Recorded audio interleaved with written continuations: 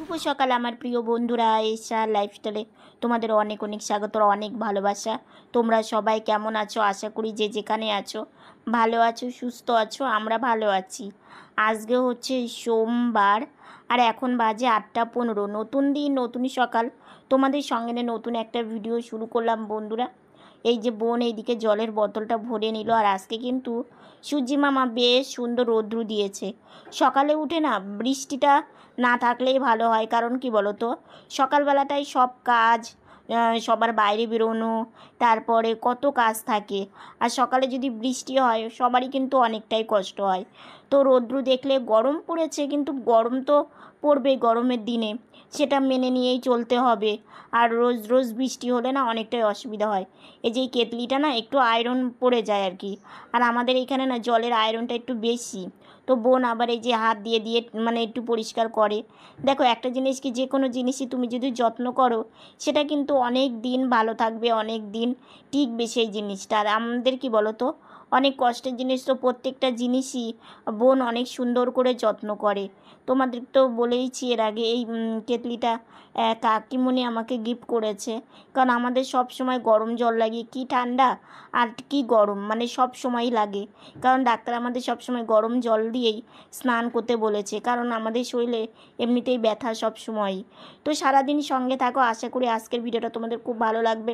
আর আজকে তো শ্রাবণ মাসের প্রথম সোমবার, তো বোন আজকে একটু উপোস মানে করবে। আর যেহেতু আজকে কি বলো তো, একসাথে দুটো দিন একসাথে পড়ে গেছে। সেটা কি, আজকে হচ্ছে একাদশী আর তার মধ্যে হচ্ছে শ্রাবণ মাসের প্রথম সোমবার। তো সেই জন্যই বেশ ভালো হয়েছে, তাই না? তো এদিকে বোন দেখো জলের বোতলটা টেবিলে রাখলো, আর কেতলিটা এখন গরম মানে করার জন্য এই যে এখানে রেখে দেবে। এইভাবেই তো করতে হয়। তো এটা না এখানেই এইভাবে করে রাখা আছে, তাহলে কি রোজ রোজ টানা খুবই অসুবিধে হয়ে যায়। তো বোন এদিকে দেখো জলটা গরম করতে বসিয়ে দিল। সকালবেলায় অনেকটা কাজ থাকে, এই যে বোতল ভরা, তারপরে হচ্ছে কেতলিতে জল ভরা, তারপরে দুধওয়ালা কাকু দুধ দিয়ে যায়, কৌটোটাকে ঘরে রাখা, মানে অনেক কাজ। মা তো অনেকটাই এগিয়েই রাখে, আর বাকিটা বোন করে। তো এদিকে রান্নাঘরে দুধের কৌটোটা রেখে বোন ঘরে যাচ্ছে। সকালবেলাটা আমি তো শুয়েই থাকি, তোমরা তো জানোই, কারণ মায়ের কাজ থাকে জন্য আমি উঠি না। কারণ আমি উঠে তো কিছু করতে পারবো না, মায়ের কাজ হয়ে গেলে তবেই মা আমাকে যখন বসিয়ে দেয়, তারপরে আমি হচ্ছে ব্রাশ করা এগুলো আর কি করি। তো বোন ওই ঘরে গেল, ওই ঘর থেকে আবার এই ঘরে বোন সকালে একটা ঔষধ খায়, সেই কৌটোটাও নিয়ে আসলো। তো সকালবেলা এটা খেতে হয় আর কি। তো এটা এখন খেয়ে নেবে।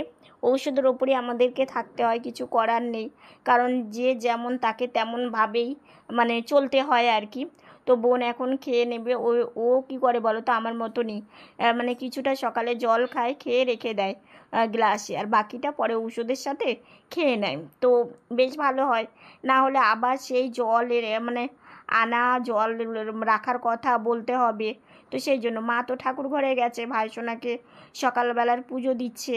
আর দেখো পুজো বললেই তো পুজো না কত গোছানো, ঘর মোছা থেকে শুরু করে তারপরে বাসন মাজা, পুজোর বাসন আর কি বলছি, খাবার বাসন তো আমাদের রাত্রেই মেজে রাখে।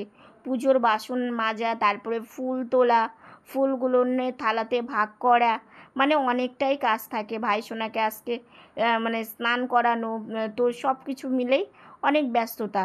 তো ঠাকুর ঘরে তো সময়টা লাগবেই। আর এই দিকের কাজগুলো বোন গুছিয়ে করে জন্য অনেকটাই একটু ভালো হয়। এই যে দেখো না, জলের বোতলে যদি জলটা ভরে না রাখে, হ্যাঁ উঠোনে গিয়ে হয়তো আমি জলটা ভরতে পারবো, কিন্তু না আমি মানে এর আগে অনেক দিন আগে যখন আমার পায়ের প্রবলেম হয়নি তখন আমি না করেছি। তো 2-1 দিন করার পরেই দেখি পায়ের সমস্যাটা আমার শুরু হয়েছে। তো আমি ভাবলাম যে হয়তো ঝুঁকে যে আমি জলটা নিচ্ছি, এটা হয়তো আমার দিক দিয়ে খুব অসুবিধে হচ্ছে জন্যই আমাকে এই প্রবলেমটার মধ্যে পড়তে হলো প্রায় কত মাস, তোমরা তো সবই জানো। তো এদিকে হচ্ছে বোন গরম জলটা বসিয়ে দিয়ে ঔষধ খেয়ে ওই যে কি করছে বলো তো, মেন দরজাটা বন্ধ করে দিচ্ছে। ওই যে কাকু এসেছিলো কৌটো রাখতে, তো আজকে আর কাকু না পুরোপুরি চাপিয়ে দিয়ে মানে দিতে পারেনি, হালকা একটু খোলা ছিল। তো সেটা আবার বোন চাপিয়ে দিল, দিয়ে তারপরে বোন হচ্ছে এখন এদিকে আসবে। এখনও কি ওর অনেক কাজ জানো তো, মানে সকালবেলাটা প্রত্যেকেরই কিন্তু অনেক কাজ থাকে। আর যেহেতু বোন এই যে গাড়ি নিয়ে নড়াচড়া করে কাজগুলো করে, সেটা করতে অনেকটা দেরি হয়। আর জানো তো এই গরম জল আগে যখন বোন স্নানে যেত, মাকে বলতো, মা আমি তো স্নানে যাচ্ছি, তুমি কিন্তু ঠাকুরঘর থেকে বেরিয়ে গরম জলটা বসিয়ে দিও। ওই যে হাঁড়ি করে গ্যাসে বসিয়ে দিয়ে গরম হয়ে তারপর আবার সেটাকে বাথরুমে গিয়ে দিয়ে আসতো, তাহলে দেখো তো মায়ের কতটা কষ্ট হতো।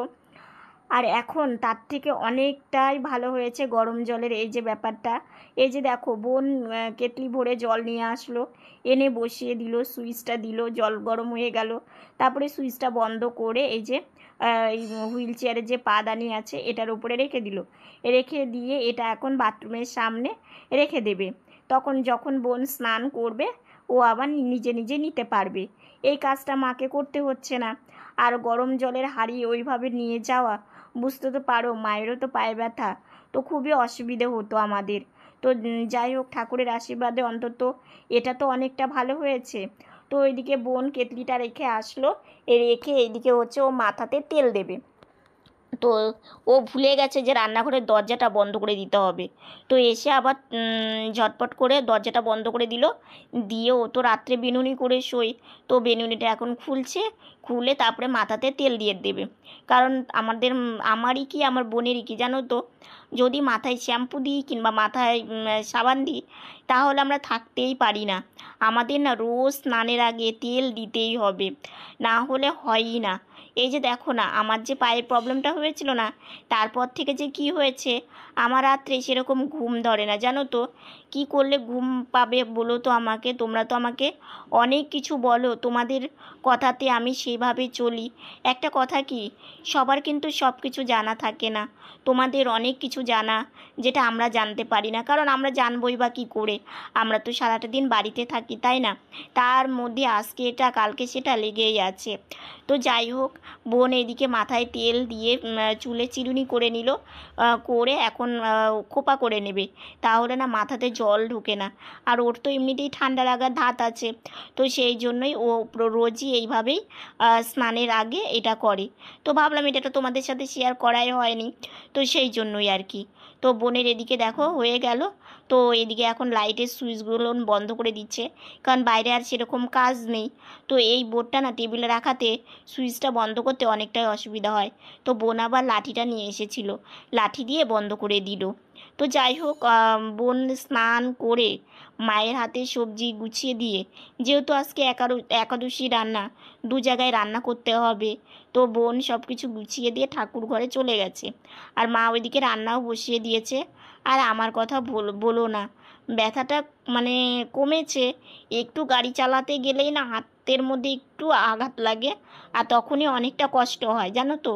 তো এই যে বাইরে বেরোচ্ছি, আর একটু হাতের মধ্যে লাগছিল, তাই হাতটা ধরে কিছুক্ষণ বসেছিলাম, আর ধীরে ধীরে নড়াচড়া করছি।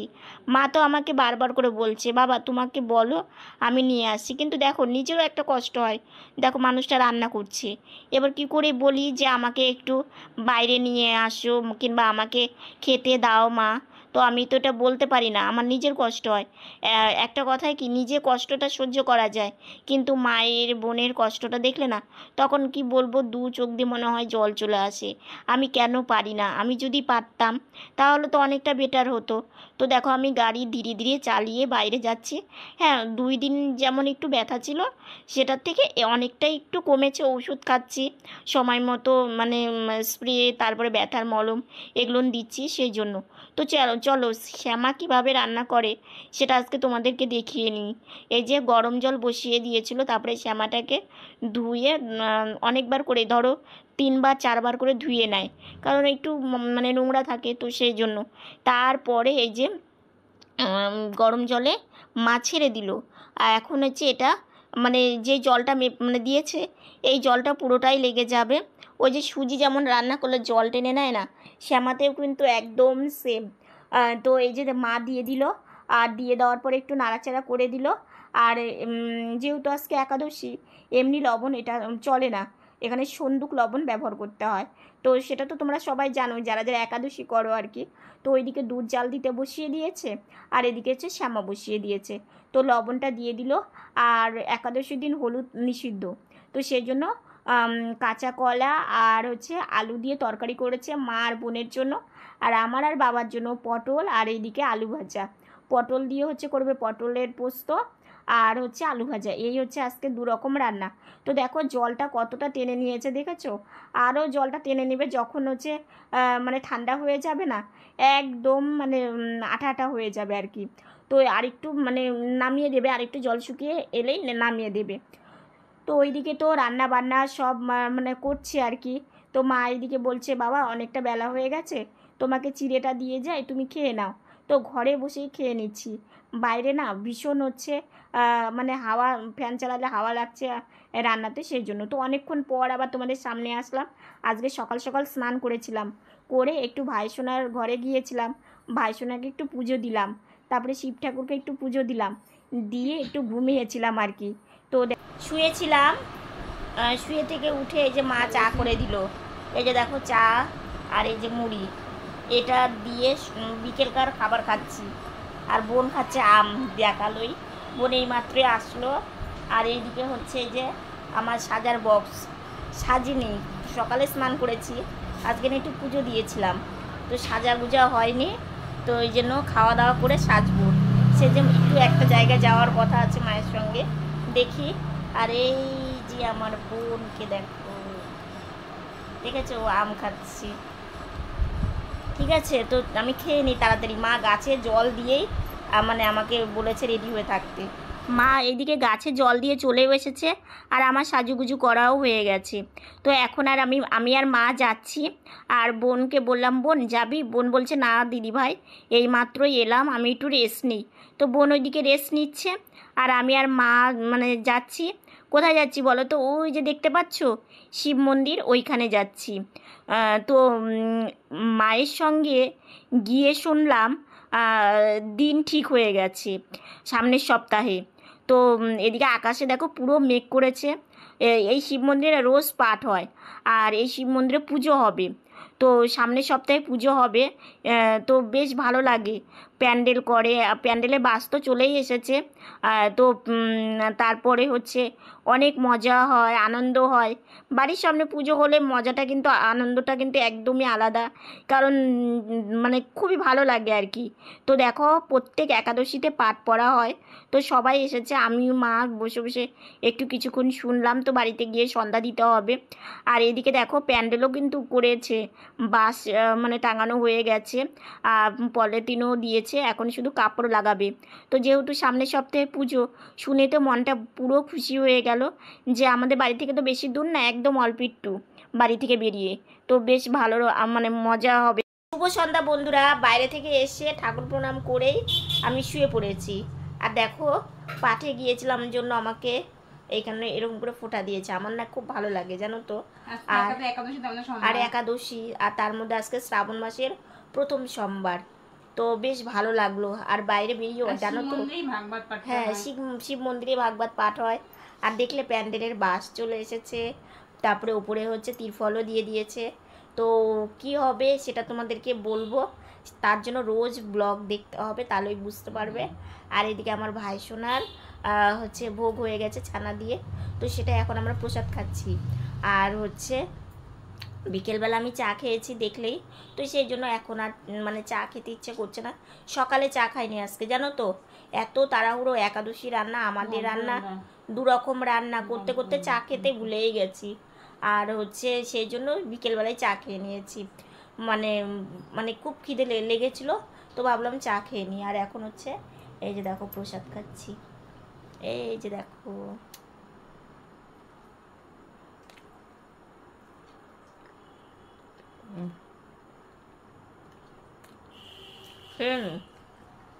রাত্রে খাওয়া দাওয়া হয়ে গেছে। আর আজকে না তোমাদেরকে আমাদের রান্না টান্না দেখাতেই পারিনি, মানে আজকে 2 রকম রান্না হয়েছে।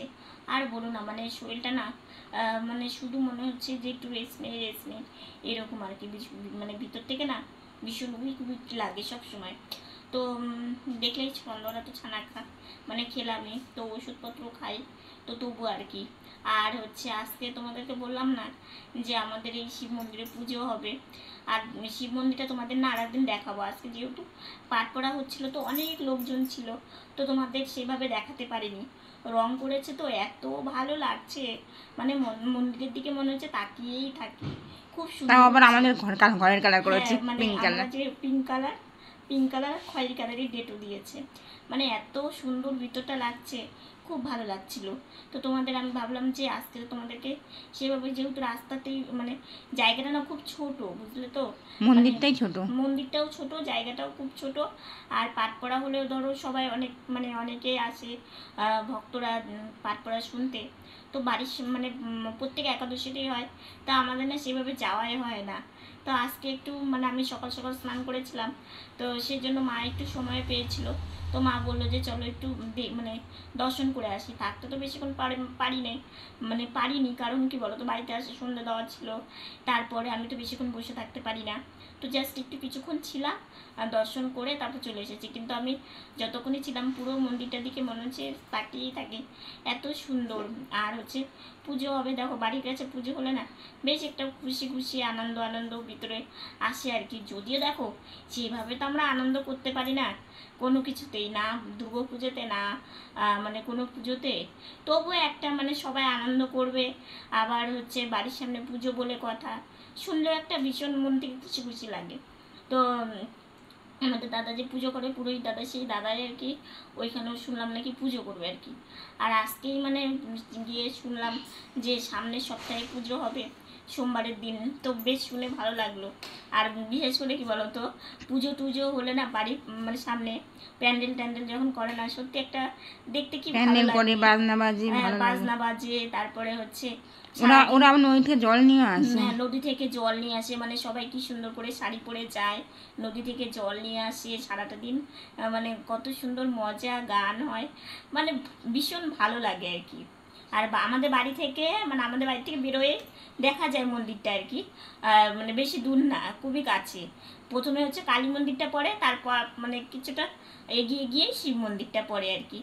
আর হচ্ছে আমাদের এই কালী মন্দিরের সামনেটা যা এখন আগাছা হয়ে গেছে বৃষ্টি হয়ে হয়ে, দুর্গাপুজোর মধ্যে যে কীভাবে মানে ইয়ে করবে এটাই ভাবছি আর কি। যেহেতু পুজো হয়, দুর্গাপুজো হয় এই মানে মন্দিরে, আর এই মন্দিরটা এখনও কমপ্লিট করতে পারেনি, এখনও আরও কিছু কাজ বাকি আছে। তো যাই হোক ধীরে ধীরে হয়তো করবে।